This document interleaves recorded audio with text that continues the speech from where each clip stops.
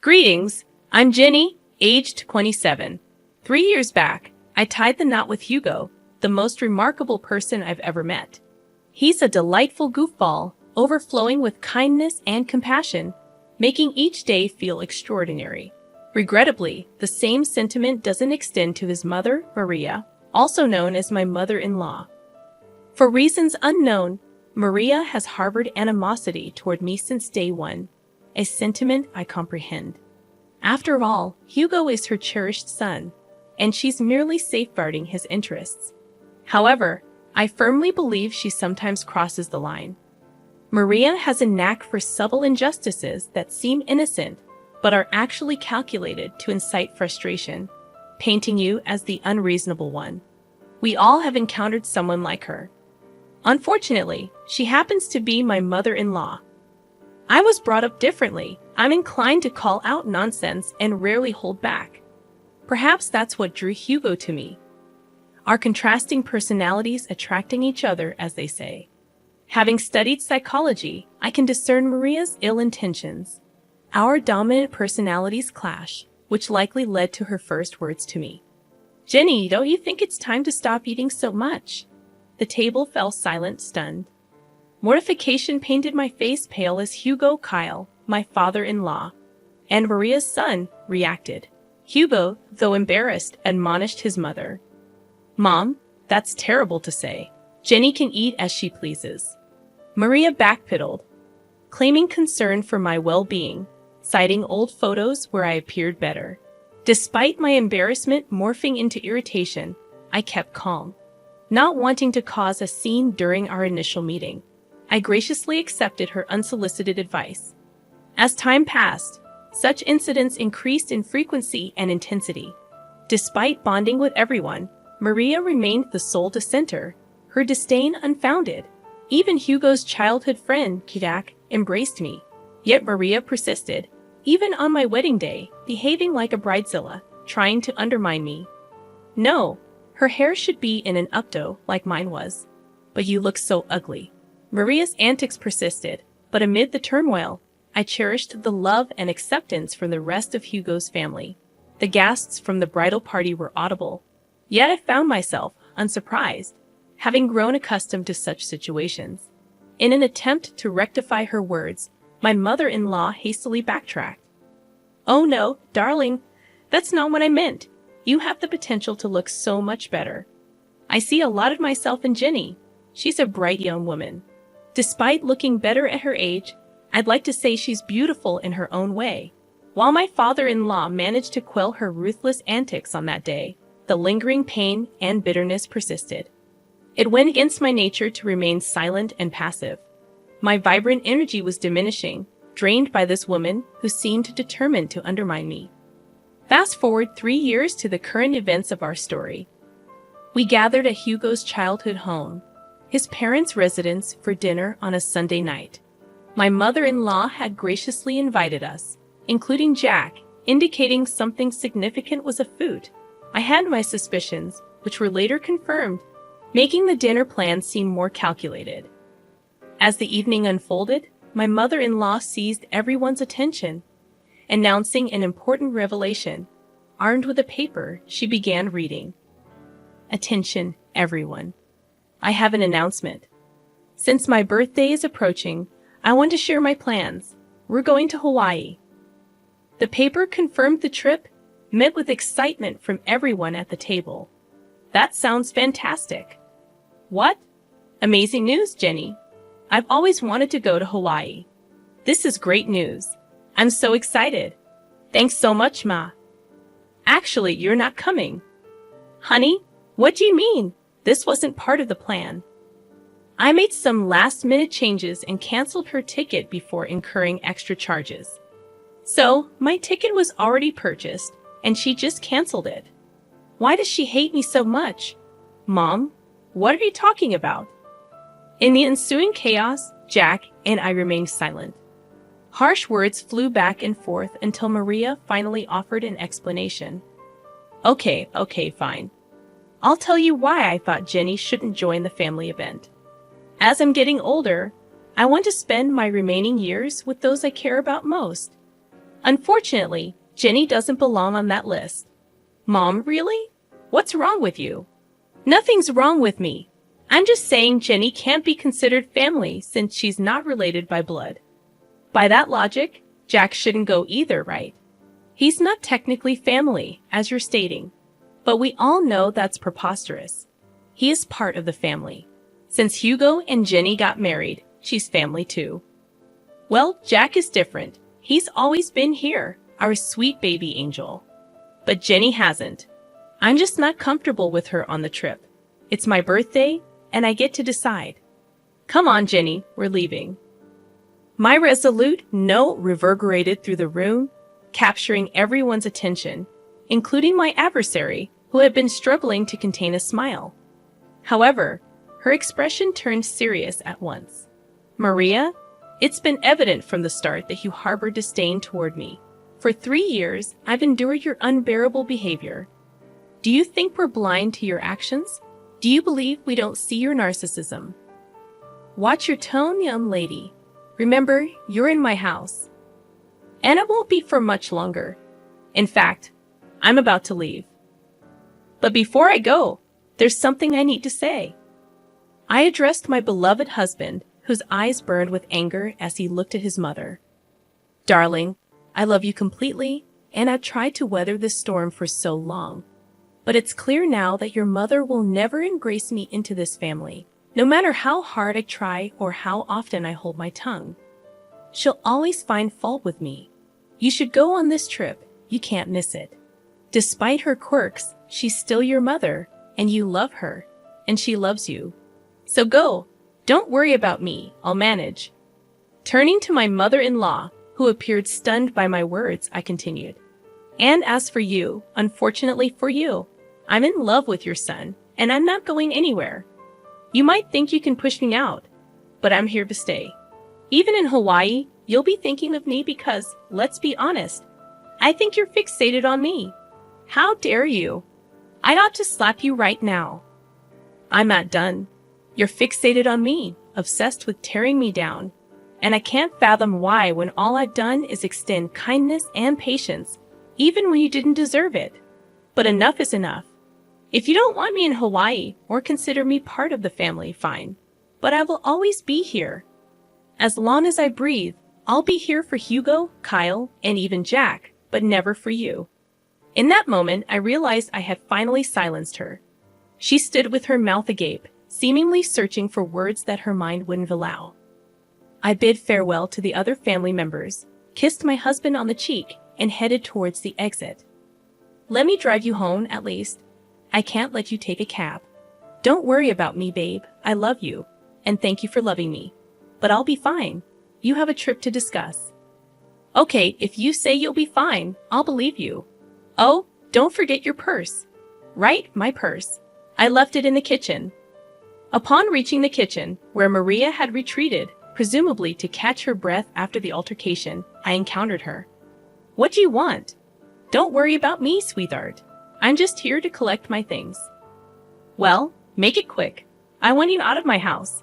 I can't believe you said those things to me. With that, she swiftly stormed out, too filled with anger to see me off. In that moment, I scoffed at her absurdity, grabbed my purse, and noticed a piece of paper next to it. Assuming it was the trip itinerary, I grabbed it to sneak a peek at what I was missing. As I began to read, I discovered Maria's handwriting. Dearest Jack, you've always been like a son to me, and I love you dearly. Oh, it's a letter to Jack. A bit strange, but I suppose it's thoughtful. For some reason, my curiosity led me to read further. The love and care you've shown me throughout the years will never be forgotten.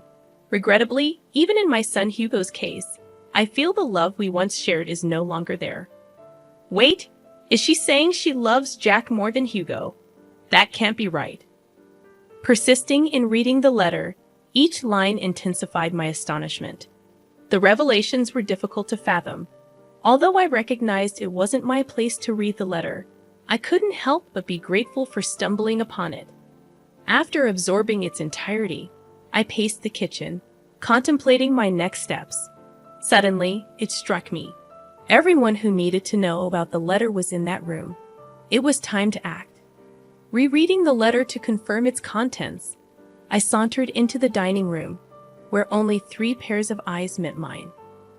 Jenny, I am profoundly sorry for what my wife is subjecting you to. Don't worry at all. You're coming to Hawaii with us. She's just going through a rough patch right now. I'll talk to her and make her see reason. I don't know what's gotten into her, but I'll sort it out, I promise. Kyle, please don't concern yourself with me. As I mentioned, I'm fine. In fact, I've stumbled upon some interesting news that I need to share with everyone, especially Hugo. Hugo and Jack perked up, a flash of worry crossing Hugo's face. Perhaps he feared I was overwhelmed and considering a divorce. Whenever I complained about his mother, he'd empathize, marveling at how I endured her antics. I'd reassure him it was my love for him that kept me going. Noticing Maria's absence, I inquired, "Where is Maria? She needs to be here for this too." I mentioned earlier, she's a bit under the weather after your confrontation. Mentioned a headache and opted for a nap upstairs. She won't be down for a while. You know how she is about her beauty sleep. Familiar with Maria's peculiar habits that often inconvenienced others, I sighed in frustration. This is crucial. She has to be here. It's okay, Jenny. You can share with us, and we'll fill her in when she wakes up. Contemplating the information I possessed, I hesitated. I wanted to witness her embarrassment. I think you should go ahead and tell us, sweetie. It's okay, and you know Hugo struggles with anxiety. It wouldn't be good to keep him waiting. True, Hugo's anxiety could escalate quickly, and I observed him beginning to fidget in anticipation. All right, I'll share with you what I found. While I was in the kitchen, gathering my purse and preparing to leave, I stumbled upon something intriguing that I believe you all need to know about. Retrieving the paper I found, I began to read aloud. It reads, "Dearest Jack, you know that you have always been like a son to me, and you know that I love you dearly. And the love and care you have shown for me throughout the years will never be forgotten. I hate to admit it, but even when it comes to my son Hugo, I feel as though the love we once shared is no longer there. Hugo and I just don't see eye to eye like we used to, and honestly, I think it's because of Jenny. Ever since he married that girl, he no longer has time for me. He doesn't love me, and therefore, I don't think I love him. I love you, and you are my son. With that being said, I want to let you know that I am going to update my will so that you inherit all of my belongings and not Hugo. I know it might hurt him, but honestly, at this point, I don't care. It's that wretched Jenny girl. She's the one who has poisoned my love for him. I hope you receive this letter well. The reason why I didn't want to approach you about it in person is that, and it pains me to admit this, I couldn't risk seeing the rejection on your face.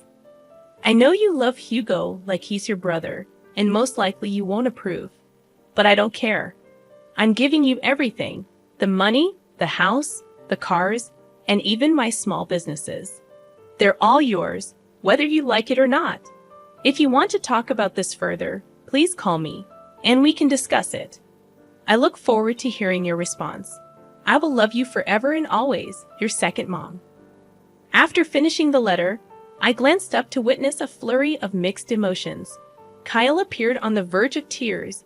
Jack seemed stunned, but Hugo looked like he was on the brink of losing his temper. I can't believe she said all those things. Is she serious? So, she'd exclude me from her, well, just to spite me and Jenny? She's officially lost her mind, guys. I don't even know what to say. This has gone too far. I'm fed up with her toxic behavior. What are we going to do? In that moment, I had an idea. A week passed, and it was time for the planned Hawaii trip. Maria woke up to find a letter from her husband on her bedside table. It read, "Good morning, beautiful. We decided to let you catch up on your beauty sleep. Don't worry, your bags are packed. Just meet us at the airport." Maria hurriedly got ready and rushed to the airport, searching frantically for her travel companions. She tried calling them, but no one answered.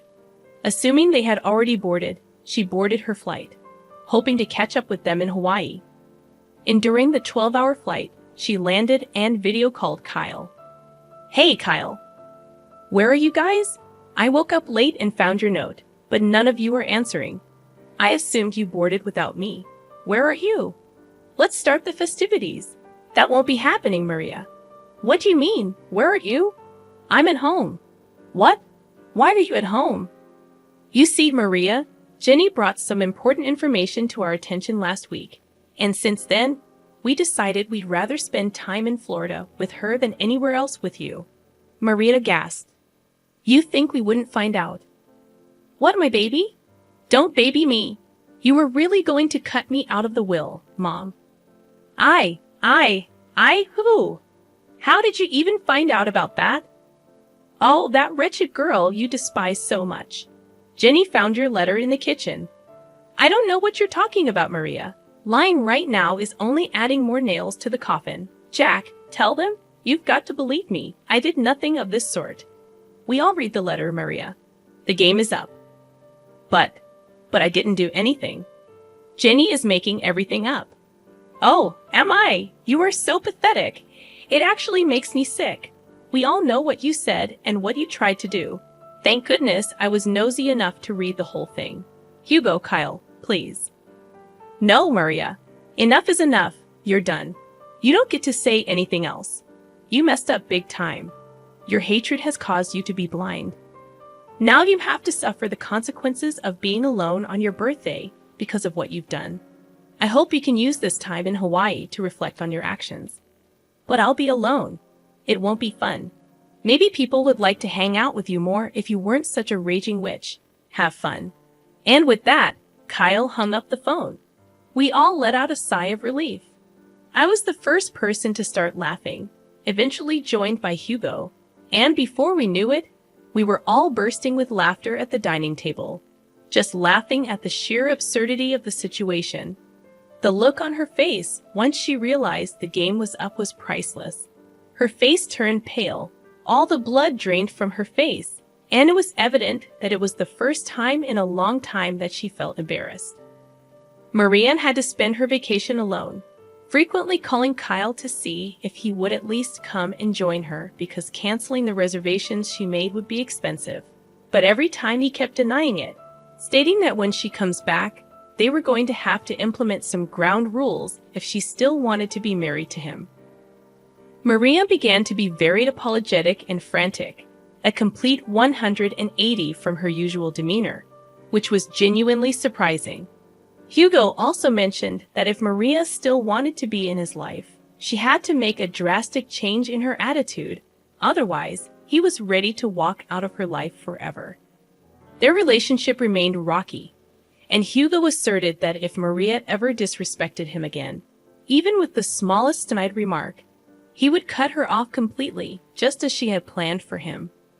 As for Jack, he decided it was best to stop being overly accommodating to Maria, as it was clearly enabling her toxic behavior.